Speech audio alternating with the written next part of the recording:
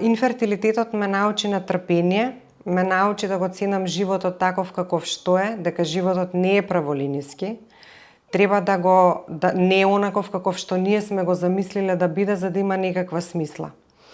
Ме научи на трпение инфертилитетот и ми ги смени приоритетите од постојана борба кон благодарност за малите нешта, од страв кон прифаќање.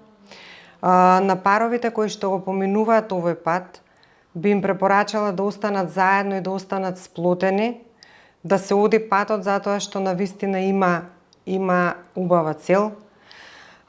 Треба да го цените целиот пат, не само целта до која што се трудите да стигнете.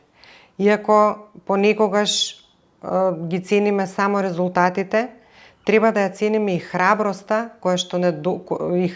за да продолжиме да го одиме патот и да продолжиме да веруваме, дури кога се не изгледа неизвестно.